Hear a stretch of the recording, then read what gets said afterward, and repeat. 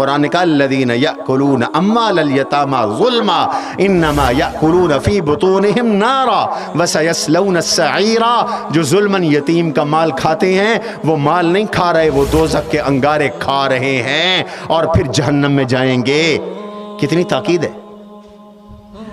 اور ایک موقع پر آپ نے یہ 2 انگلیاں اٹھا لی یوں اور فرمایا میں اور یتیم کی کفالت کرنے والا جنت میں ایسے ایک ساتھ ہوں گے جیسے یہ 2 انگلیاں ساتھ ہیں، بس اتنا فاصلہ ہوگا جتنا ان 2 انگلیوں میں ہے، ویسے ساتھ ساتھ ہوں گے۔ اتنی تاکید ہے۔ اور ایک حدیث میں آتا ہے جب یتیم روتا ہے تو اللہ تعالیٰ